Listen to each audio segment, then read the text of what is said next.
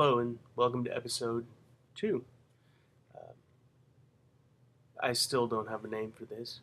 Uh, there was a suggestion. The suggestion was chew on this, but uh, as much as I like that, I don't think that's what we're going to go with. But anyway, thanks to Dustin Hicks for that suggestion.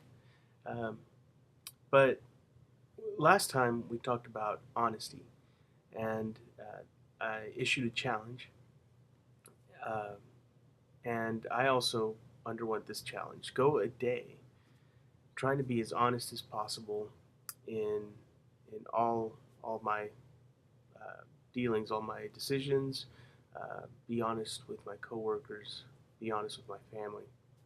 And so here's an update. Uh, I had prayed that I could constantly remember that question. The question was, uh, am I bringing honor to God's name, or am I bringing shame to God's name with this action? And so um, the day went pretty uneventfully. So I guess overall it was successful. uh, there weren't any big hurdles or big decisions, any big moments where I had to say honest or dishonest. Uh, but it did make me focus on everything that I was doing and everything that I was saying.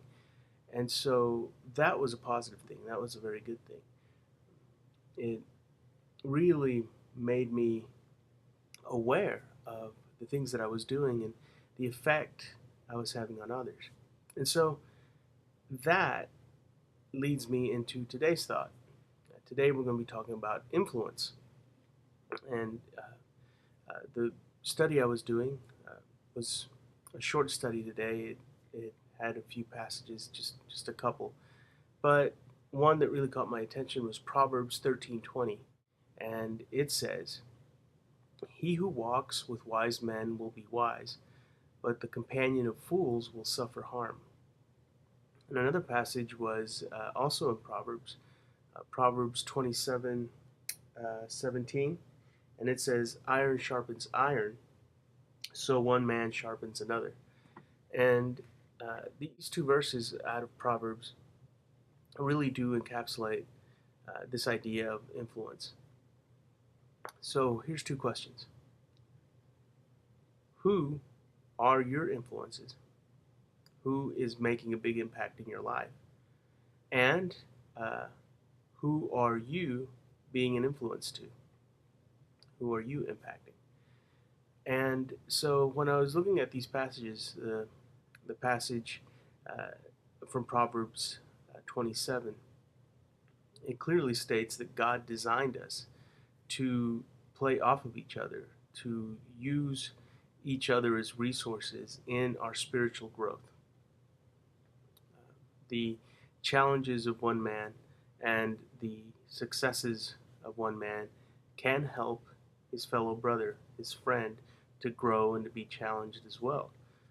And so it's not an accident. God designed us to be able to do this, to be able to grow like this.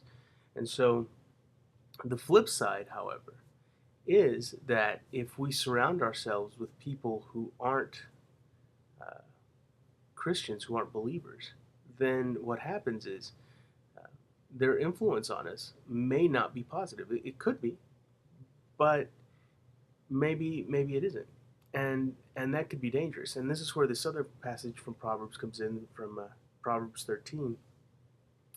Uh, the companionship, whoever is a companion of fools will suffer harm. It's very harsh. You got to start thinking, who am I hanging out with? Who am I letting into my inner circle? Are they wise people or are they foolish people? And if they're foolish, what does that say about me? And so I just want to be clear that we're talking about your inner circle of friends here, the people who have the most influence on you. I mean, you're going to know a lot of people, there's going to be acquaintances, and by all means, we should have acquaintances that we're trying to reach for Christ. So these acquaintances aren't what I'm talking about here. I'm talking about that really close circle of friends that you let into your life, the people you hang out with the most, um, the the people you take advice from, the people who you end up acting a lot like. It's these people that you have to take inventory of and see and ask the question: Are they wise people, or are they foolish people? And the litmus test should be Christ. Of course, there are some people who are not believers who can be considered to be very wise people. And if you track their actions, you see that they are wise people. That uh, their actions do point to wisdom and maturity. And in these cases, you can say that they are wise people. But you always have to be cautious when somebody doesn't have Christ at the center of their lives. Then uh, the motivation for their actions can sometimes be skewed, and you just have to keep a close eye on that. So remember, we're talking about the close circle of friends. And so if iron sharpens iron, and the Bible tells us that our our friends, our confidants, are the ones who are going to mold us, then who do you want to be the ones that are molding you? The Bible is clear on who God wants them to be, but who do you want them to be? So here's the question of the day: take inventory of who your very close friends are, and ask the question: Are they wise people, or are they foolish people? Let me know. You can post it uh, to my email. Once again, that email address is fbc.daniel@brightok.net, and let me know. Um, I'm going to be doing the same thing. I'm going to be taking inventory of the people that are closest to me, and we'll see if they pass the litmus test. All right. So, uh, thanks for watching, and have a wonderful day.